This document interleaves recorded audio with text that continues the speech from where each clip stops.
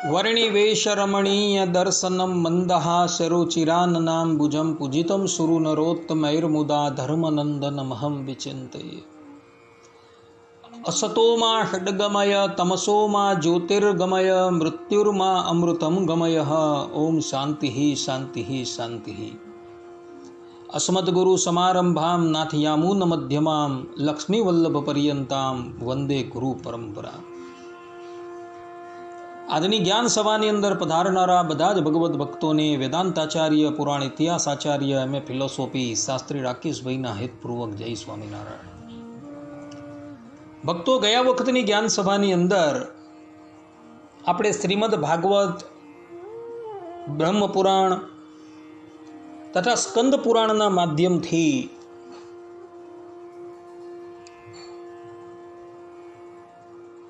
ભૌમાસુરના વધની કથા તથા પારિજાત વૃક્ષના અપહરણની કથા અને ભગવાન શ્રી કૃષ્ણએ 16,100 કન્યાઓનું પાણી ગ્રહણ કર્યું તેની કથા શ્રવણ કરી.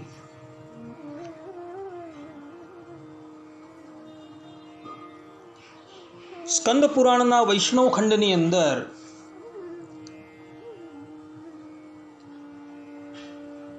આ ભૌમાસુરના વધની કથા બહુ વિસ્તારથી આપવામાં આવેલી છે. શ્રીમદ ભાગવતની અંદર એ કથા જે છે એ બહુ સંક્ષિપ્તની અંદર છે, પરંતુ સ્કંદ પુરાણમાં બહુ વિસ્તારથી આપવામાં આવેલી છે. અને એ સ્કંદ પુરાણની અંદર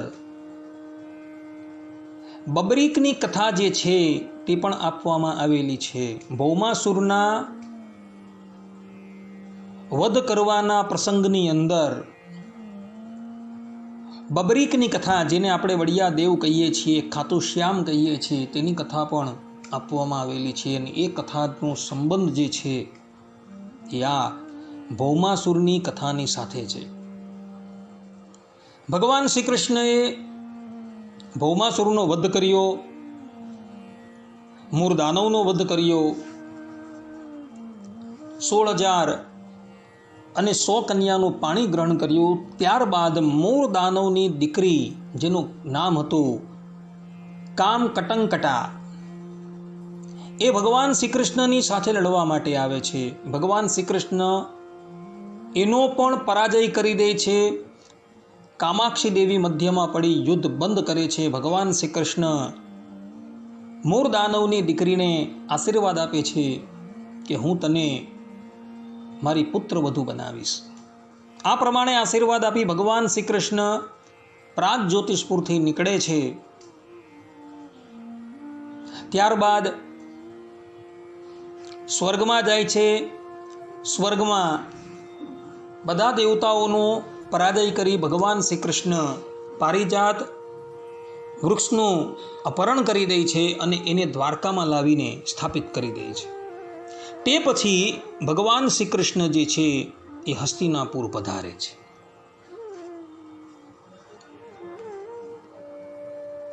ભગવાન શ્રી કૃષ્ણ હસ્તિનાપુર પધાર્યા એટલે યુધિષ્ઠિર મહારાજ તથા પાંડવો જે છે એ અત્યંત પ્રસન્ન થાય છે. બધા જ ભગવાનનું સ્વાગત કરે છે. ત્યારબાદ એકાંતની અંદર ભગવાન શ્રી કૃષ્ણ જે છે એ યુધિષ્ઠિર મહારાજને કહે છે કે મહારાજ,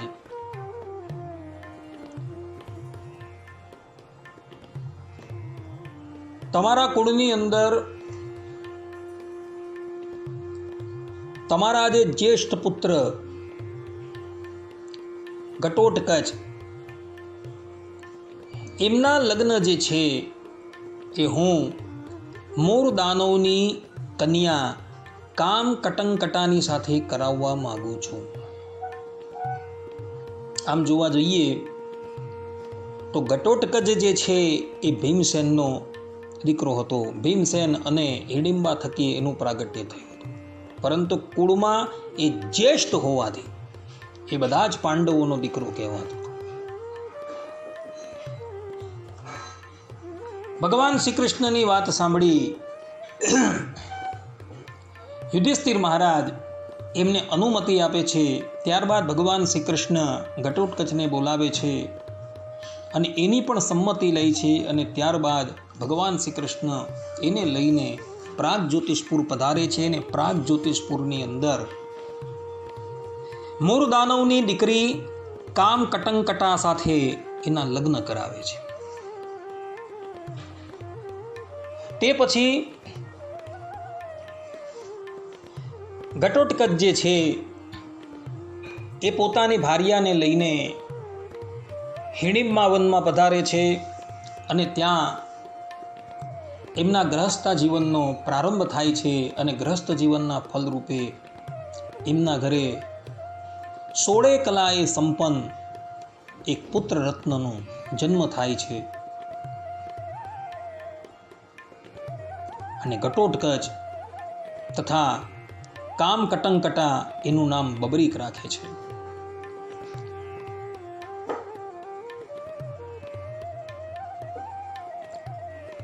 બબરીક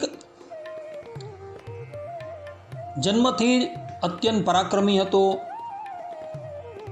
થોડા જ સમયની અંદર તો એ પોતાના પિતા પાસેથી બધી વિદ્યાઓ જે છે એ ગ્રહણ કરી લે છે. નાની અવસ્થાની અંદર પણ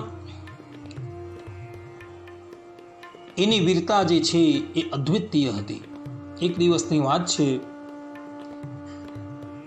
ઘટોત્કચ એને લઈને દ્વારકા આવે છે.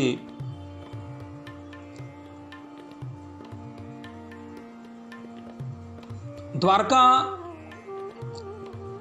આવેલા ઘટોત્કચનું દ્વારકાવાસીઓ ખૂબ સ્વાગત કરે છે. ત્યારબાદ ઘટોત્કચ પોતાના પુત્રને લઈને ભગવાન શ્રી કૃષ્ણની પાસે આવે છે. બબરીક ભગવાન શ્રી કૃષ્ણના ચરણની અંદર વંદન કરે છે. ભગવાન શ્રી કૃષ્ણ એને ખૂબ દુલાર કરે છે અને ત્યારબાદ ભગવાન શ્રી કૃષ્ણની આજ્ઞાથી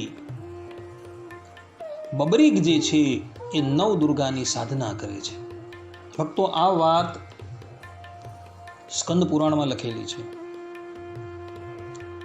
સ્કંદ પુરાણની અંદર આ બબરીકની કથા જે છે એ માહેશ્વર ખંડ અધ્યાય 58 થી 60ની અંદર આપવામાં આવેલી છે.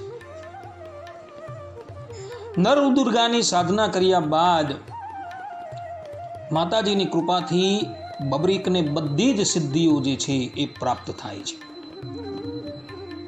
અને એવા સમયની અંદર મહાભારત યુદ્ધના ભણકારા વાગતા હોય છે એટલે પોતાના સંબંધીઓની સહાય કરવા માટે બબરીક જે છે એ કુરુક્ષેત્રમાં પધારે છે.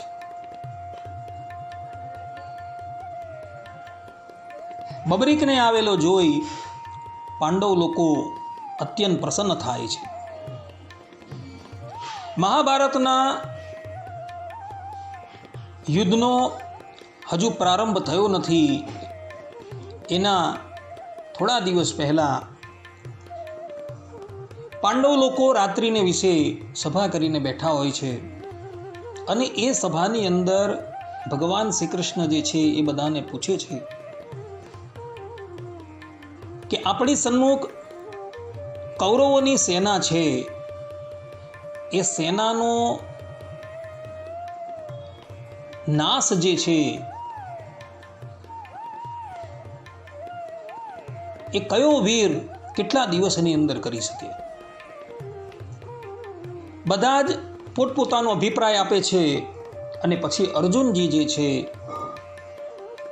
એ પોતાનો અભિપ્રાય આપે છે કે પ્રભુ, આપ શ્રીની કૃપાથી હું એક જ દિવસની અંદર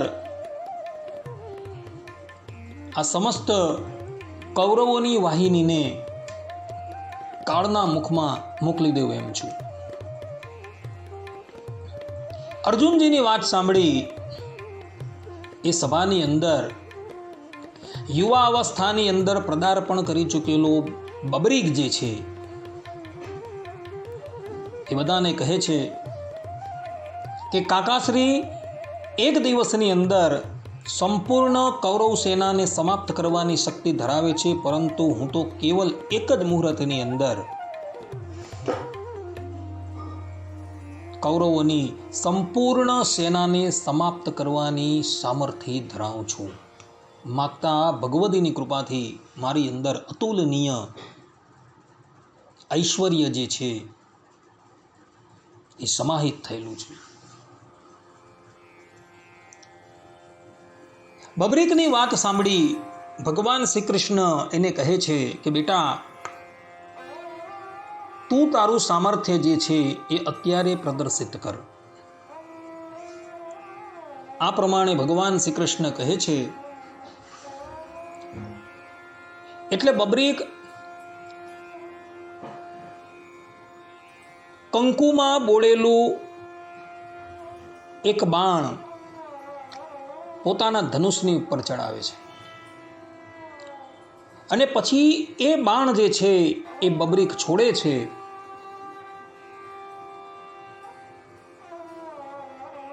તો કૌરવ સેનાની અંદર કૃપાચાર્ય અને અશ્વત્થામાને બાદ કરતા એ બાણ જે છે એ બધાના મર્મ સ્થાનની ઉપર ચિહ્ન કરીને પુનઃ બબરીકની પાસે આવી જાય છે. કૃપાચાર્ય અને અશ્વત્થામા એ ચિરંજીવી હતા, એટલે એ લોકોને મારવા શક્ય ન હતા.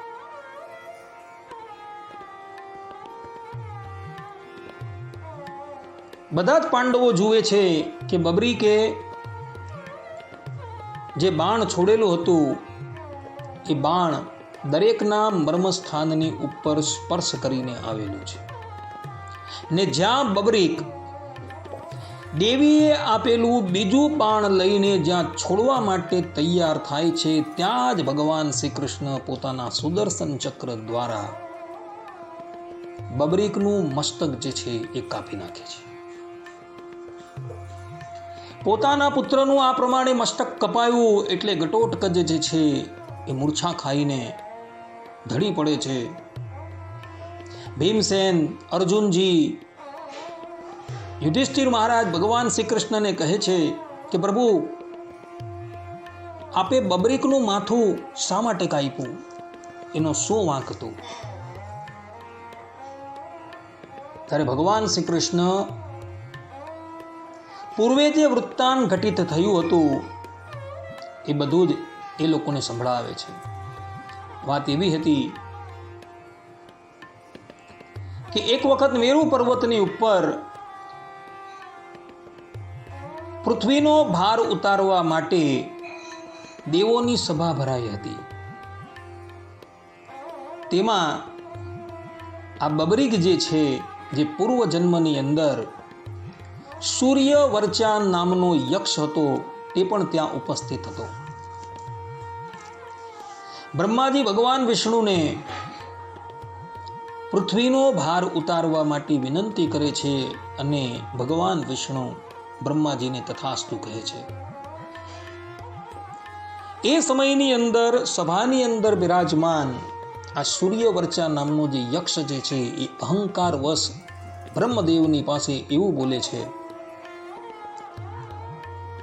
કે હે બ્રહ્મદેવ,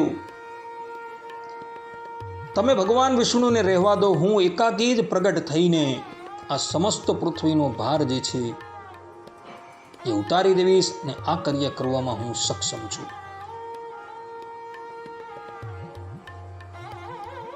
સૂર્ય વર્ચાની આ પ્રમાણેની વાણી સાંભળી પિતામહ બ્રહ્માજી અત્યંત કોપાયમાન થઈ ગયા અને એને શાપ આપે છે કે જા, મારો શાપ છે, મહાભારતના યુદ્ધના આરંભમાં જ તારું મસ્તક શ્રી કૃષ્ણ દ્વારા કપાશે. આ પ્રમાણે બ્રહ્માજી એને શાપ આપે છે. ત્યારબાદ ભગવાન વિષ્ણુ ધરાતલની ઉપર પૃથ્વીનો ભાર ઉતારવા માટે કૃષ્ણરૂપ ધારણ કરીને પ્રગટ થાય છે. સૂર્યવર્ચા નામનો યક્ષ પણ જે છે એ પણ ભગવાનની સહાય કરવા માટે બબરીકનું નામ ધારણ કરી ઘટોત્કચને ત્યાં પ્રગટ થાય છે. અને બ્રહ્માજી જે પ્રમાણે એને શાપ આપે છે તે જ પ્રમાણે મહાભારતના યુદ્ધના પ્રારંભની અંદર જ ભગવાન શ્રી કૃષ્ણ એનું મસ્તક જે છે એ ચક્રથી કાપી નાખે છે. આ કથા ભગવાન શ્રી કૃષ્ણ પાંડવોને સંભળાવે છે. એવામાં ઘટોત્કચ જે છે એ પણ મૂર્છામાંથી જાગૃત થઈ જાય છે. ભગવાન શ્રી કૃષ્ણ એને પણ આશ્વાસન આપે છે. પરબ્રહ્મ પરમાત્મા ભગવાન શ્રી કૃષ્ણ કોઈ પણ વસ્તુ અકારણ કરતા નથી, અને કોઈ વ્યક્તિને ભગવાન મારે છે તો પણ એનું કલ્યાણ કરે છે. રામના બાણોથી રાક્ષસો મરાયા તો એ બધા પરમ ગતિને પ્રાપ્ત થયા. આ વાત તુલસી રામાયણની અંદર લખેલી છે. ભગવાન શ્રી કૃષ્ણએ બબરીકનું મસ્તક કાપી નાખ્યું છે.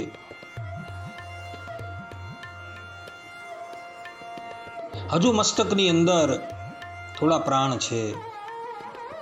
બબરીક ભગવાન શ્રી કૃષ્ણની ક્ષમા યાચના માંગે છે. ભગવાન શ્રી કૃષ્ણ એને આશીર્વાદ આપે છે કે આજથી તારું મસ્તક જે છે એ પૂજાશે. દેવરાજ ઇન્દ્રને સ્વર્ગમાંથી બોલાવવામાં આવે છે અને એના મસ્તકની ઉપર અમૃતથી અભિષેક કરવામાં આવે છે. અમૃતથી એનું મસ્તક જે છે એ સિંચવામાં આવે છે. એના મસ્તકને અજર અને અમર જે છે એ કરી દેવામાં આવે છે અને એની સ્થાપના દેવતાઓની અંદર કરવામાં આવે છે. જે દેવતા વર્તમાન સમયની અંદર આપણે બળિયા દેવના નામથી પૂજીએ છીએ, જેને શીતળા માતા પણ કહીએ છીએ અને ખાટુ શ્યામ પણ કહીએ છીએ. ભક્તો, ભગવાન શ્રી કૃષ્ણના આશીર્વાદથી એ બબરીક જે છે એની ગણના દેવતાઓમાં થાય છે અને એનું મસ્તક જે છે એ અધ્યાપી પૂજાય છે. જ્યારે બાળકોને શરીરની ઉપર અછબડા અર્થાત કે શીતળા થાય છે ત્યારે તમે ગમે એટલી દવા કરો, પરંતુ એ શીતળા ક્યારેય પણ મટતા નથી. પરંતુ જો બબરીકની માનતા લેવામાં આવે તો અચૂક જ એ શીતળા જે છે એ સારા થઈ જાય છે. તે પછી બબરીકે ભગવાન શ્રી કૃષ્ણની પાસે ઈચ્છા વ્યક્ત કરી કે પ્રભુ, મારે સંપૂર્ણ યુદ્ધ જે છે એ જોવું છે. ભગવાન શ્રી કૃષ્ણએ એના મસ્તકને રણ મેદાનથી થોડે દૂર એક મોટો પર્વત હતો, એ પર્વતની ઉપર મૂકી દીધું અને બબરીકે ત્યાં રહેતા થકા સંપૂર્ણ યુદ્ધ જે છે એ જોયું. એક વખતની વાત છે, અર્થાત કે યુદ્ધ પૂર્ણ થયા બાદની વાત છે. યુધિષ્ઠિર મહારાજ ભગવાન શ્રી કૃષ્ણને કહે છે કે પ્રભુ, તમારી કૃપાથી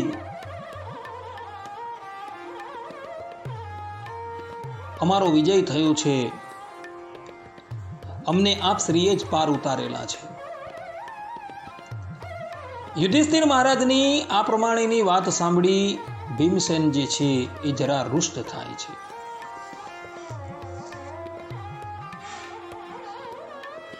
ભીમસેનનો મનોભાવ ભગવાન શ્રી કૃષ્ણ જાણી જાય છે. એટલે ભગવાન શ્રી કૃષ્ણ કહે છે કે ભીમભાઈ, આપણે આ બધી જ વાત જે છે એ તમારા પૌત્રને પૂછીએ. તમારો પૌત્ર બબરીક એ બાબતનો સાક્ષી છે, કારણ કે એણે આ સંપૂર્ણ યુદ્ધ જે છે એ બેઠા બેઠા જોયું છે. ત્યારબાદ ભગવાન શ્રી કૃષ્ણ બધા જ પાંડવો, સાત્તકી ઇત્યાદિ બધા બબરીકની પાસે આવે છે અને બબરીકને આવીને ભગવાન શ્રી કૃષ્ણ પૂછે છે કે બેટા, આ તારા કાકાઓ જે છે એ એવું કહી રહ્યા છે કે આ યુદ્ધ જે છે એ અમારે લઈને જીતેલા છીએ. એમાં ભીમસેન છે એ તો સ્પષ્ટ રૂપે એવું કહી રહ્યા છે કે યુદ્ધ અમે અમારા બાહુબળથી જીતેલા છે. ભગવાન શ્રી કૃષ્ણની વાત સાંભળી બબરીક જે છે એ હસવા લાગે છે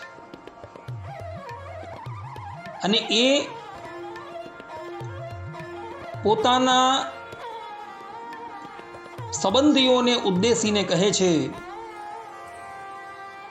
કે આ યુદ્ધની અંદર તમારા બધાના અસ્ત્ર શસ્ત્ર તો તમે જ્યારે છોડતા હતા એ લક્ષ્યની ઉપર જાય એ પહેલાં જ ભગવાન શ્રી કૃષ્ણનું સુદર્શન ચક્ર જે છે એ ત્યાં જઈને શત્રુને મોતને ઘાટ ઉતારી દેતું હતું. આ યુદ્ધની અંદર તો કેવલ મેં ભગવાન શ્રી કૃષ્ણને હાથમાં સુદર્શન ચક્ર લઈને બધાનો ઘાત કરતા જોયા છે. આ યુદ્ધ કોઈના દ્વારા જીતાયું નથી. કેવલ ને કેવલ શ્રી કૃષ્ણ ભગવાને જ આ યુદ્ધ જીતેલું છે. આ પ્રમાણેની બબરીકની વાત સાંભળી બધા જ પાંડવો જે છે એ આત્મગ્લાનિ કરવા લાગ્યા. બધા ભગવાન શ્રી કૃષ્ણની પાસે ક્ષમા માગે છે. ભક્તો, આ પ્રમાણેની કથા સ્કંદ પુરાણના માહેશ્વર ખંડ અધ્યાય 58 થી 60 અંદર જોવા મળે છે. ભગવાન શ્રી કૃષ્ણ પારિજાતનું વૃક્ષ લઈને દ્વારકા પધારેલા છે અને દ્વારકાની અંદર સત્યભામાના ઉદ્યાનની અંદર એ વૃક્ષને ભગવાને સ્થાપિત કરી દીધેલું છે. હવે સત્યભામા જે છે એ અત્યંત ફૂલાવા લાગ્યા કે હું જ ભગવાન શ્રી કૃષ્ણને સૌથી વધારે પ્રિય છું અને ભગવાન શ્રી કૃષ્ણ હંમેશા મારું કહેલું જ માને છે. એમની પ્રિય પટરાણી પણ હું જ છું. આ પ્રમાણેનો એમને ગર્વ આવી જાય છે. એક સમયની વાત છે, દેવર્ષિ નારદ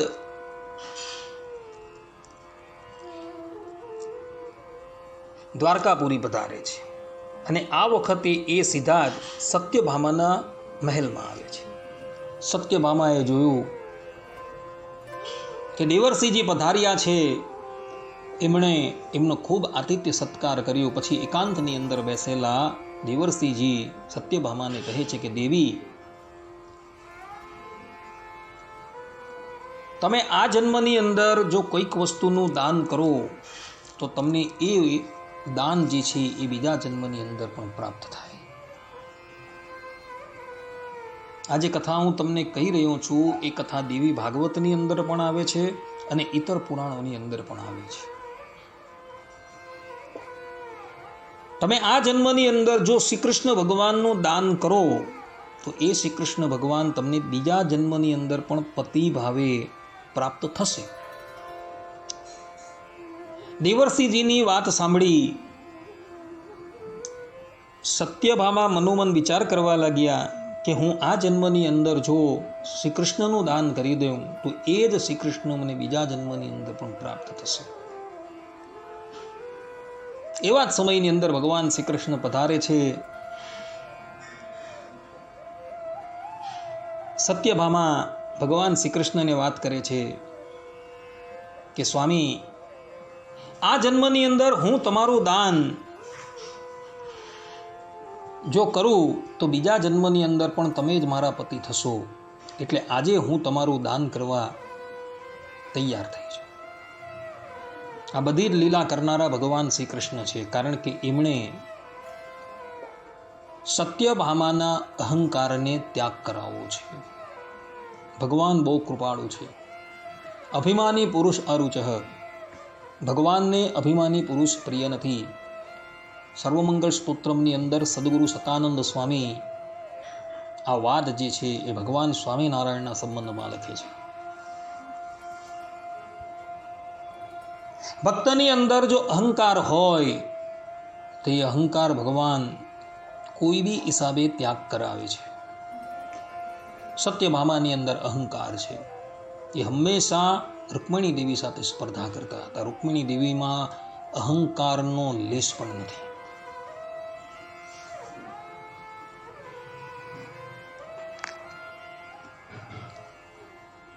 સત્યભામા દેવર્ષિ નારદને કહે છે કે નારદજી, તમારાથી વધારે આ જગતની અંદર કોઈ જ પાત્ર છે નહીં, માટે તમે સંકલ્પ કરો. અત્યારે શુભ મુહૂર્ત ચાલે છે, હું આ શુભ મુહૂર્તની અંદર અમારા સ્વામી શ્રી કૃષ્ણનું તમને દાન કરું છું. દેવર્ષિ નારદની સાથે ભગવાન શ્રી કૃષ્ણએ બધી ગોઠવણ કરી દીધેલી હતી, એટલે દેવર્ષિ નારદજીએ સંકલ્પ કરાવ્યો અને સત્યભામાએ શુભ મુહૂર્તની અંદર ભગવાન શ્રી કૃષ્ણનું દાન કર્યું અને ભગવાન શ્રી કૃષ્ણનો હાથ જે છે એ દેવર્ષિને અર્પણ કર્યો.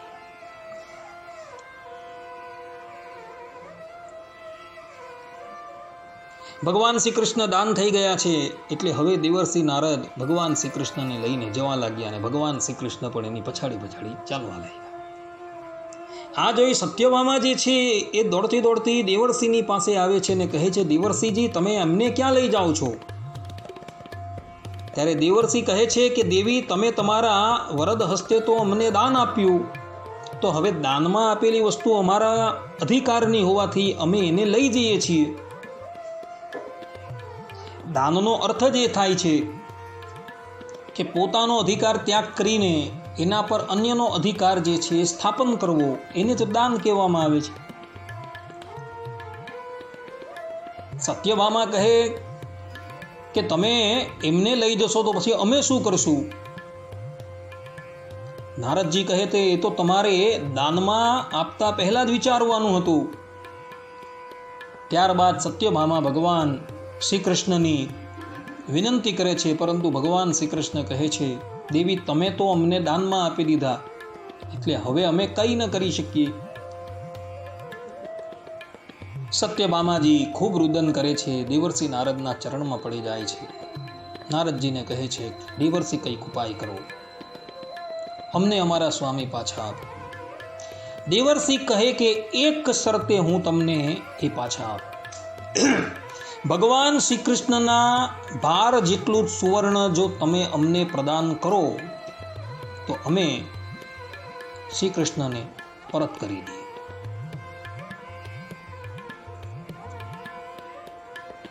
સત્યભામાજી કહે કે બહુ સારું, અમારા ઘરની અંદર સુવર્ણની કોઈ કમી નથી, કારણ કે અમારી પાસે સ્યમંતક મણિ છે, એને લઈને અમારી પાસે વિપુલ પ્રમાણની અંદર સુવર્ણ છે. તરત દાસીઓને કહ્યું કે ભાઈ, એક તુલા તમે તૈયાર કરો. તુલા તૈયાર થઈ ગઈ. એક પલળાની અંદર ભગવાન શ્રી કૃષ્ણને બિરાજમાન કર્યા અને બીજા પલળાની અંદર સત્યભામા પોતાના ઘરની અંદર જે સુવર્ણ હતું એ લાવી અને બધું મૂકવા માંડે.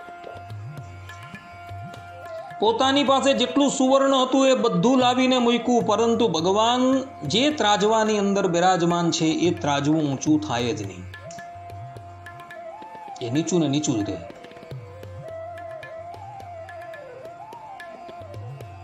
સત્યભામા પાસે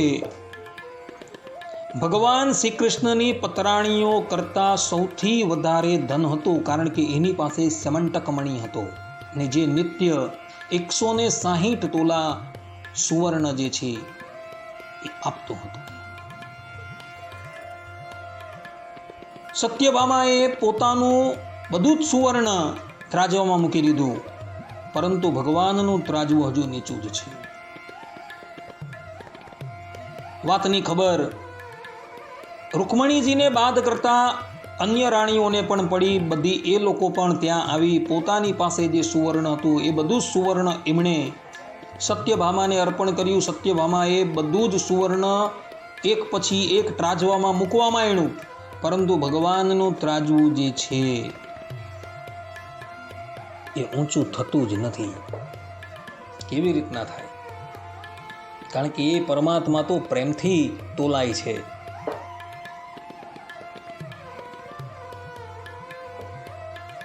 એ કઈ ધનથી તોલાતા નથી.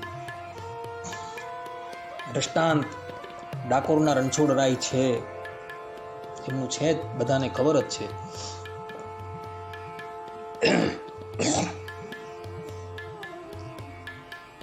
હવે શું કરવું? બધા વિચારમાં પડી ગયા છે. એવા જ સમયની અંદર સત્યભામા દોડતા દોડતા દોડતા રૂકમણી દેવીની પાસે આવ્યા, ચરણમાં પડ્યા કે જીજી જીજી, બહુ મોટી સમસ્યા આવીને ઊભી થઈ ગઈ છે. અમે ભગવાન શ્રી કૃષ્ણનું દાન કરી દીધું અને દેવર્ષિ નારદ જે છે એ દાનમાં શ્રી કૃષ્ણને ગ્રહણ કરી હવે દ્વારકામાંથી લઈ જાય છે.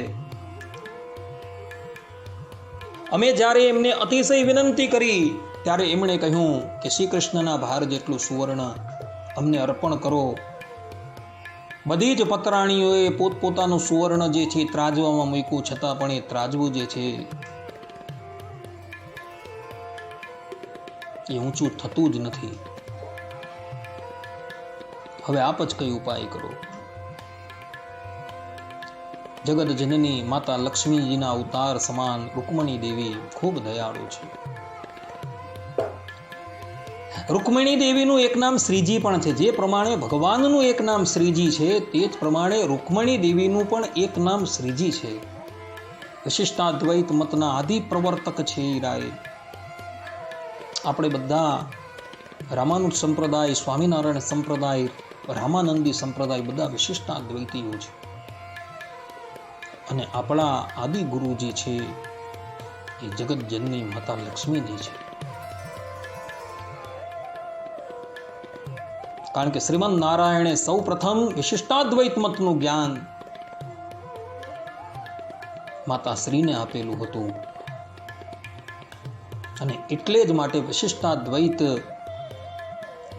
મતને માનનારાઓનો સંપ્રદાય જે છે એ શ્રી સંપ્રદાય તરીકે ઓળખાય છે. સ્વામિનારાયણ સંપ્રદાય જે છે તેનું મૂળ પણ રામાનુજ સંપ્રદાય અર્થાત કે શ્રી સંપ્રદાય છે. આ વાતનો ખુલાસો શિક્ષાપત્રી અર્થદીપિકા ટીકાની અંદર 121ની ટીકાની અંદર સદગુરુ સતાનંદ સ્વામીએ કરેલો છે. ભગવતી શ્રી જે જગ્યાએ ભગવાન શ્રી કૃષ્ણ ત્રાજવાની અંદર બેઠેલા હતા ત્યાં પધાર્યા છે. માતા રૂકમણી મનોમન બધી જ લીલા ભગવાનને સમજી ગયા છે. ભગવાન શ્રી કૃષ્ણ અને માતા રૂકમણી એ દેહથી ભિન્ન છે, પરંતુ આત્મા એક જ છે. એ લોકોનો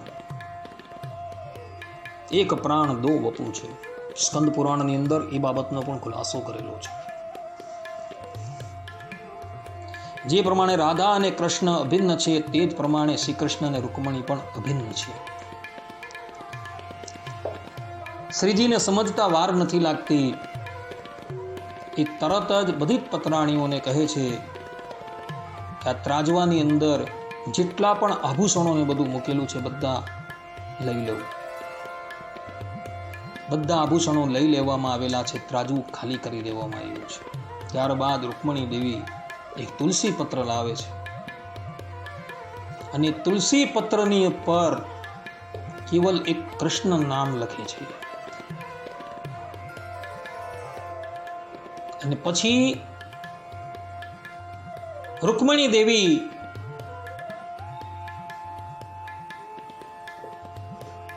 એ પાંદડાને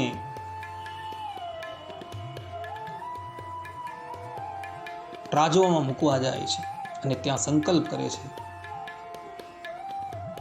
કે હું મન, વાણી અને કાયથી મારા સ્વામીની દાસી હું.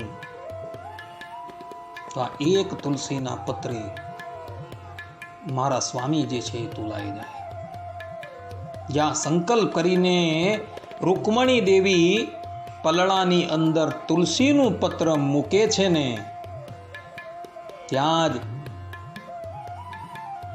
તુલસી મૂકેલું પલળું જે હતું એ નીચું થઈ ગયું અને ભગવાન શ્રી કૃષ્ણનું પલળું જે છે એ ઊંચું થઈ ગયું. કારણ કે ભગવાનનું નામ જે છે એ નામ એ નામી કરતા પણ સર્વોત્તમ છે. આ ભાવ છે.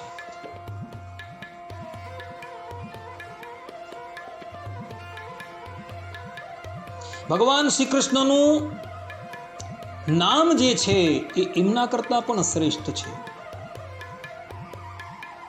નામી એ તો કંઈકને તાર્યા છે, પરંતુ નામ એ નામ કેટલાને તારી ગયું છે, કેટલાને તારે છે અને હજુ કેટલાને તારશે.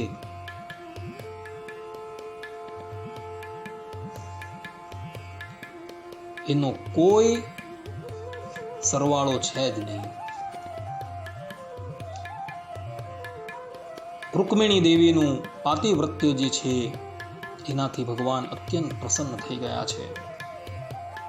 એમની નામ નિષ્ઠાથી ભગવાન શ્રી કૃષ્ણ તોલાઈ ગયા છે. સત્યભામા જે છે રૂકમિણી દેવીના ચરણમાં પડી જાય છે. બધું જ અભિમાન જે છે એ સમાપ્ત થઈ જાય છે.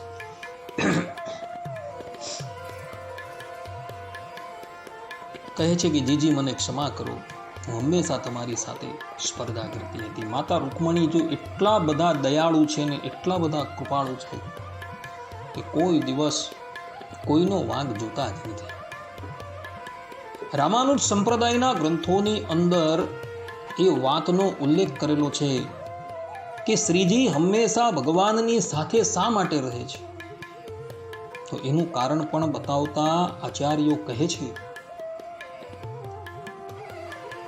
કે માતા લક્ષ્મીજીનું ભગવાનની સાથે હંમેશા સાહચર્ય રહેવાનું કારણ એ જ છે કે ભગવાન પોતે સ્વતંત્ર છે. પોતાનો આશ્રિત પણ કદાચ કોઈ અપરાધ કરીને આવે તો ભગવાન એને પણ કર્મનું ફલ આપવા માટે તૈયાર થઈ જાય છે, પરંતુ સાથે શ્રીજી રહેલા હોય છે એ ભગવાનનો હાથ પકડી લે છે કે નહીં પ્રભુ, આ તો આપણો આશ્રિત છે, આપણો શરણાગત છે, તમારો પુત્ર છે, તમે એને કર્મનું ફલ ન આપો, એને ક્ષમા કરો. ને એ જીવાત્માના દોષોને ક્ષમા કરાવવા માટે શ્રીજી જે છે હંમેશા નારાયણની સાથે રહેલા છે. શ્રીમદ નારાયણ એક ક્ષણ માટે પણ શ્રીજી વગર રહી શકતા નથી. ભગવાન શ્રી કૃષ્ણ રાધા વગર એક ક્ષણ માટે પણ રહી શકતા નથી અને રાધાજી ભગવાન શ્રી કૃષ્ણ વગર એક ક્ષણ માટે રહી શકતા. આ પ્રમાણેનો સિદ્ધાંત રામાનુજ સંપ્રદાયના ગ્રંથોની અંદર સ્થાપિત કરવામાં આવેલો છે. ને તે અવતારોની અંદર અર્થાત કે લક્ષ્મીજી જ્યારે પણ ધરાતલની ઉપર પ્રગટ થયા તો તે અવતારોની અંદર એમનું આ કારુણ્યપણું એમણે બતાવેલું છે. લંકાની લડાઈ પૂર્ણ થઈ, હનુમાનજી મહારાજ સીતાજીને લેવા માટે અશોક વાટિકામાં આવે છે અને હનુમાનજી મહારાજને જ્ઞાત હતું કે આ બધી જ રાક્ષસીઓએ મારી માતાની ઉપર બહુ જ જુલમ કરેલા છે. જ્યાં ભગવાન શ્રી રામના અનન્ય સેવક હનુમાનજી મહારાજ એ બધી રાક્ષસીઓને તાડિત કરવા માટે જતા હતા અને બધી જ રાક્ષસીઓ માતા જાનકીના ચરણમાં આવી જાય છે. એટલે ભગવાન શ્રી રામના અર્ધાંગની માતા સીતા હનુમાનજી મહારાજને રોકી દે છે કે ખબરદાર પુત્ર, અમારા શરણની અંદર છે. ચિત્રકૂટની અંદર ઇન્દ્રપુત્ર જયંત માતા સીતાનું સ્તન વિદારણ કરે છે. ભગવાન શ્રી રામ એના પર બ્રહ્માસ્ત્ર ચલાવે છે અને જ્યારે કોઈ જગ્યાએથી શરણ પ્રાપ્ત નથી થતું ત્યારે એ આવીને શ્રીજીના ચરણમાં પડે છે. ત્યારે શ્રીજી એની પણ ક્ષમા કરી દે છે. ભગવાન શ્રી રામ એને મારવા તૈયાર થાય છે. શ્રીજી વચ્ચે આવી જાય છે કે નહીં પ્રભુ,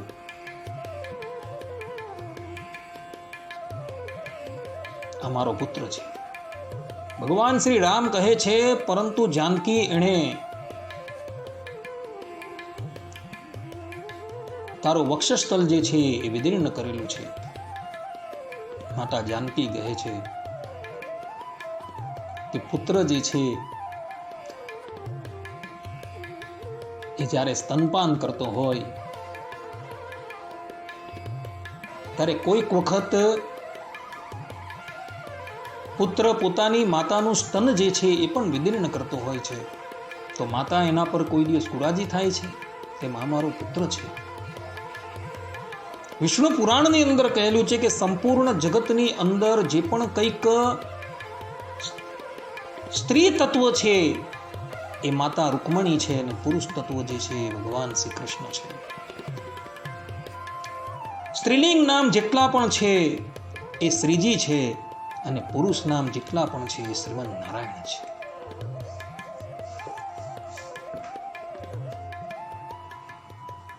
આટલા બધા ઉદાર કક્ષાના છે શ્રીજી. રામાયણની અંદર અરણ્યકાંડની અંદર એક પ્રસંગ છે.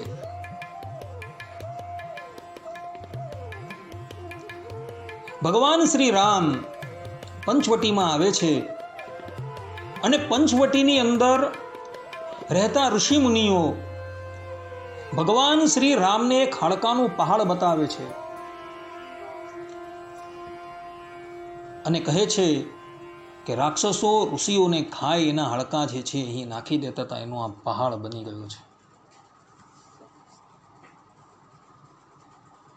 ભગવાન શ્રી રામ ત્યાં જ રાક્ષસોને નિઃશેષ કરવાની પ્રતિજ્ઞા કરે છે. ત્યારે સીતાજી એકાંતમાં ભગવાન શ્રી રામને બોલાવે છે અને કહે છે કે રાક્ષસોએ તમારું શું બગાડેલું છે? જુઓ શ્રીજીની કરુણા. એ જાણે છે કે રાક્ષસો ઋષિઓને મારે છે. વિરાદ નામના રાક્ષસે મારું અપહરણ કરેલું હતું, છતાં પણ શ્રીજી કહે છે કે રાક્ષસોએ તમારું શું અનિષ્ટ કરેલું છે કે તમે એને મારવા માટે તૈયાર થયા છો? તે જ વખતે ભગવાન જાણી જાય છે કે જ્યાં લગીન મારી ભાર્યા સીતા મારી સાથે રહેશે ત્યાં લગીન હું રાક્ષસોનો વધ ન કરીશ, એ મને કરવા પણ ન દેશે. એટલે માટે મૂળ સીતા જે છે એ ભગવાન શ્રી રામ અગ્નિદેવને સમર્પિત કરે છે અને એ સીતાજીની જે છાયા જે અગ્નિમાં હતી, જેનું નામ હતું વેદવતી, એને બહાર કાઢે છે અને પોતાની પાસે સ્થાપન કરે. એની કથા હું તમને અગાડી સંભળાવીશ. એ જ પછી દ્રૌપદી રૂપે પ્રગટ થાય છે. આખી કથા આનંદ રામાયણની છે, હું તમને દ્રૌપદીના પ્રસંગમાં સંભળાવીશ. કહેવાનું તાત્પર્ય એ છે કે શ્રીજી એટલી બધી ઉદાર છે કે આશ્રિતોના સમસ્ત અપરાધોને ભગવાનની પાસે ક્ષમા કરાવે છે. એટલી બધી ઉદાર છે.